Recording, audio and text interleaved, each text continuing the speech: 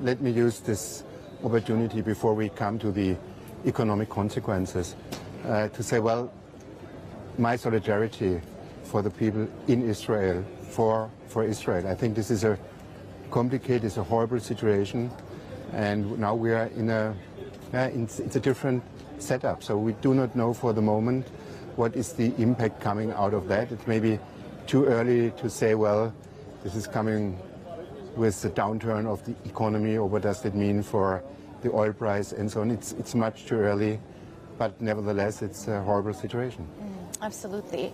And when you talk about the broader economic ramifications, would you say that there are new upside risks to inflation that are emerging?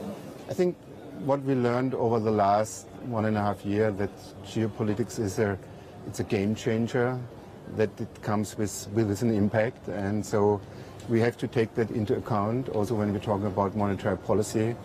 That is not something that is separated from what we have to do on the monetary policy side. We have to take that into account, and that will be also the case for the situation and the developments we saw over the last weekend. Well, you said recently in an interview that the beast of inflation is not yet defeated. When will it be defeated? Do you need to see inflation be at 2% for you to say that the work is done? I think the beast, and I use this picture, the beast is still there, but to a certain extent we tamed the beast, and this is good news. So the direction of the inflation story is going into the right direction. I think inflation came down significantly. It's still far away from our target, but we don't have to discuss double-digit numbers now anymore. Now we are down to, take the German numbers coming out this morning for September, we are now down to 4.5%. It's still a long way to go, but we achieved a lot. How are you leaning towards voting at the next meeting?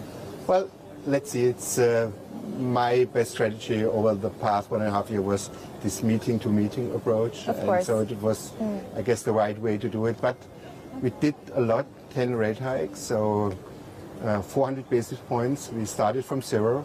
So this is a lot. So now we have to see what is the impact out of these interest rate hikes. And I guess it's the best to wait for new incoming data, and then we will see. So it could be an opportunity to pause then? I think we should use all the flexibility we have, and pausing could be one of these optionalities. But as I said, I will wait for the data, but I'm open to all what is necessary, taking into account what the data will tell me is the best to do. Well, let's turn to the economic backdrop. The Economist, a very famous publication, put out a piece not so long ago suggesting that Germany is now the sick man of Europe, and other people have been saying that as well. Even Bundesbank have flagged that the German economy has been growing flat or slightly negative over the last few quarters. Is Germany once again the sick man of Europe? I was crystal clear here. Germany is not the sick man of Europe. So we shouldn't compare the situation 20 years when it was at the early 2000s, when it was said that Germany is the sick man. It's a completely different situation. So I think there are some challenges. There are some structural changes necessary for the German economy. But if you take, for example, the labor market, we are still running the economy on full employment, more or less. So it looks not good, and I believe there is that understanding that we have to do something, but we are not the sick man of Europe.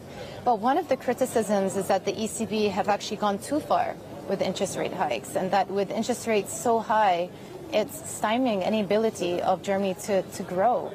What is your response to that? I think it was necessary to hike rates like this. I think what we all know is when inflation is going too far, this is the major obstacle for all what is necessary to achieve a certain growth level. So it was necessary, and it is still necessary, to bring inflation down. That is the best what we can do in the Governing Council to really get to that target. This is our mandate. So I believe it was the conditio sine qua non for future growth. So it's more or less the opposite. How is the outlook for the German economy heading into winter now? Yeah, you already alluded to it. I think it's pretty flat for this year. I think it's maybe minus something, 0.5, what the IMF said. We are on the Bundesbank side, we are a little bit more positive. In our latest forecast, we are around 0.3, but it's not good for this year.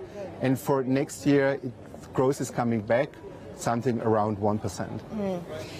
Another big topic that central bankers have been discussing, especially in the context of the ECB, is what you're going to do with your balance sheets. And PEP reinvestments is a topic that tends to come up again. Are we going to get a decision in October about what you plan to do with PEP reinvestments?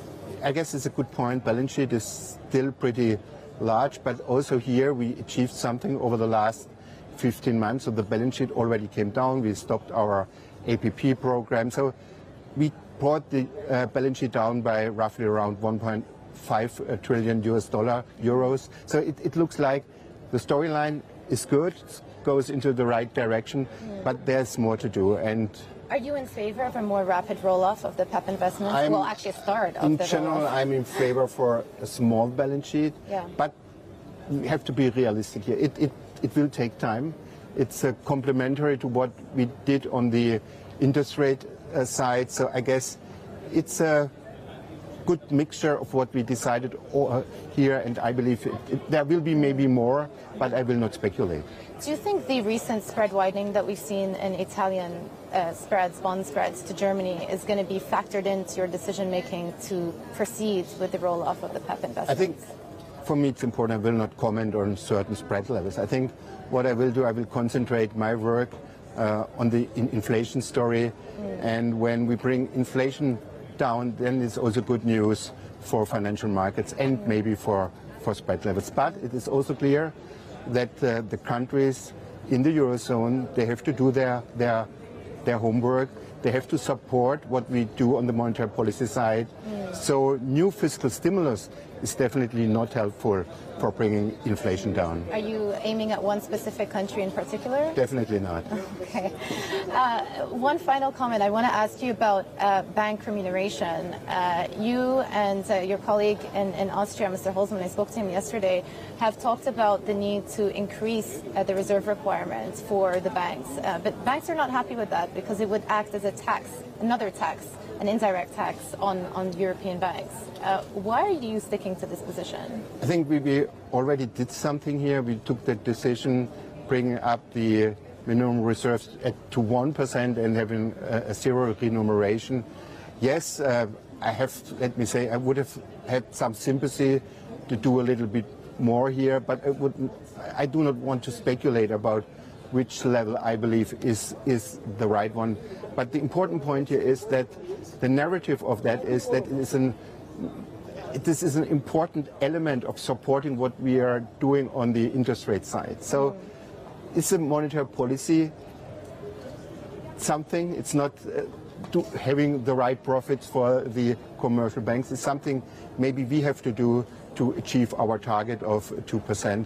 But speculating what might be the future development, talking about this, I think this is not helpful here. Okay, I mean, but ultimately it seems to me that you do have a bunch of options in your toolkit. So even if, let's say, the ECB stopped hiking interest rates, you could start leaning more on balance sheet reduction going forward. So you would be happy with that? I think, Jimena, this is what I said here at the beginning of the interview. Yeah. We should keep our flexibility.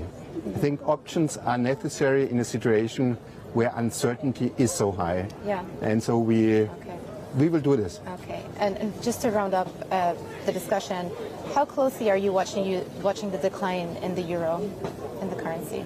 I think speculating about what is the right exchange rate, I think is also not helpful for a central banker. It was often like that we saw high volatility when it comes to exchange rates. So I'm not so nervous here. Hi, I'm Joanna Bersecci, and thank you for watching. You can check out more of our videos by clicking on the boxes on the screen. And don't forget to subscribe to our channel for more from CNBC International. Thank you for watching.